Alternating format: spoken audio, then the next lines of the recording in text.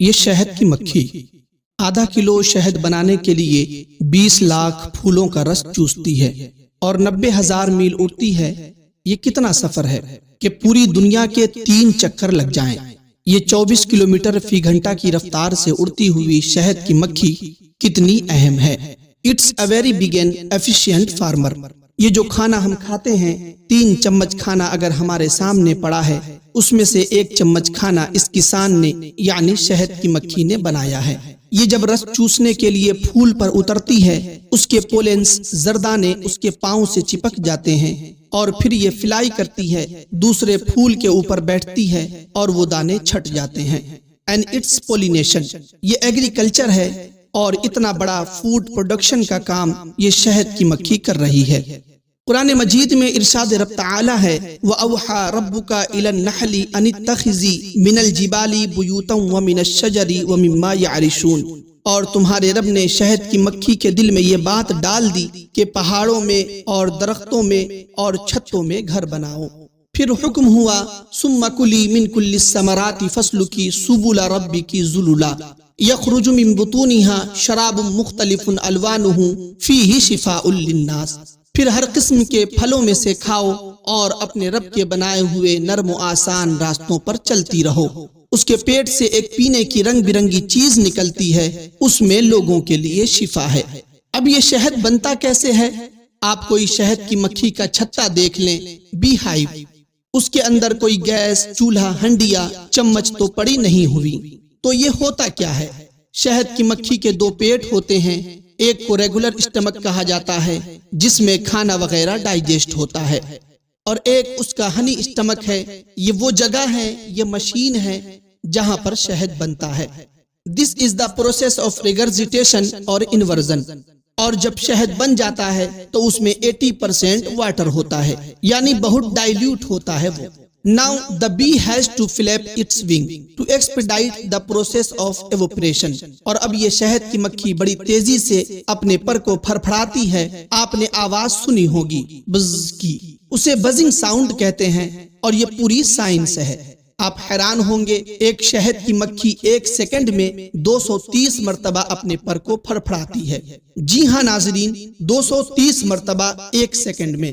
اور اب اتنی تیز ہوا میں وہ جو پانی ہے وہ سارا اڑ گیا اور خالص شہد باقی رہ گیا، اور یہ شہد کی مکھی اس کے اوپر وائٹ سیل لگا کے اس کو بند کر دیتی ہے۔ جناب اہرام مصر یعنی پیرامڈس آف ایجپٹ سے بھی شہد ملا ہے اور ابھی تک وہ پینے کے قابل ہے، یعنی اس کی شیلف لائف کتنی زیادہ ہے، کین یو امیجن؟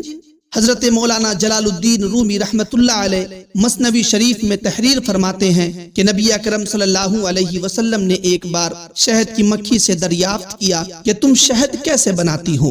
انہوں نے عرض کی یا رسول اللہ صلی اللہ علیہ وسلم، ہم مختلف قسم کے پھولوں کا رس چوستی ہیں، پھر اس کو اپنے منہ میں لیے چھتوں میں واپس آتی ہیں اور وہاں پر اگل دیتی ہیں، یہی شہد ہے۔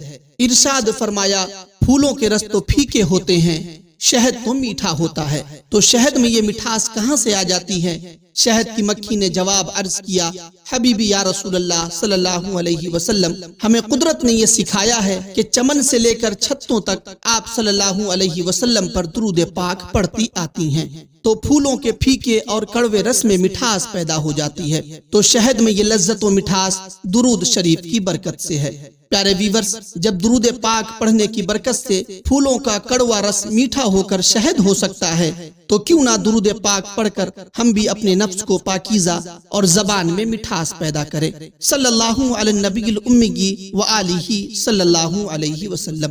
اور اب جواب دیجئے، دنیا کا بہترین معمار بلڈر کون ہے؟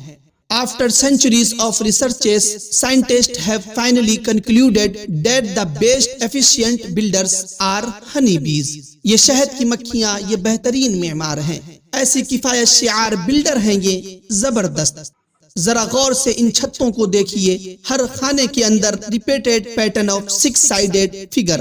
یہ ہر ایک جو خانہ ہے اس کی 6 سائڈز ہیں اور لینس اور وڈث ایک جیسی ہیں، اور یہ 120 ڈگری پر مڑے ہوئے ہیں۔ یہ میتھمیٹکس بھی جیومیٹری کی شیپ ہیں، ہیگزاگون۔ اور سمجھ لیں شہد کو محفوظ رکھنے کے لیے اس سے بہترین گودام اور کوئی نہیں ہو سکتا۔ تو جناب بات تو سمپل سی ہے، یہ عام مکھی میٹھے کی طرف جاتی ہے اور شہد کی مکھی دنیا کا بہترین میٹھا ہمارے لیے بناتی ہے، اور اس میں شفا ہے۔ فرمان مصطفیٰ صلی اللہ علیہ وسلم ہے، ہر مہینے جو شخص 3 مرتبہ صبح شہد چاٹ لیا کرے گا اسے بڑی بیماری نہیں پہنچے گی۔